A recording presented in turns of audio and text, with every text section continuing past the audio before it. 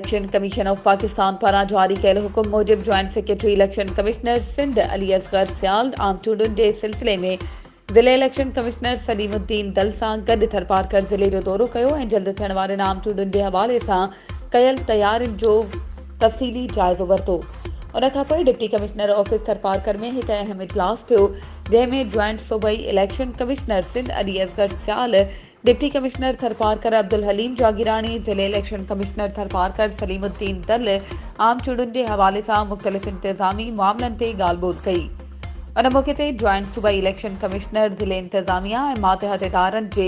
साराह कई ऐं समूरियुनि कोशिशुनि खे इत्मीनान बख़्श करार ॾिनो। वधीक ख़बरुनि ऐं अपडेट्स जे लाइ असांजे चैनल खे सब्सक्राइब कयो ऐं हा, बेल आइकन खे प्रेस करणु न विसारिजो त जीअं असांजी हर नई अचण वारी वीडियो तव्हां ताईं पहुची सघे।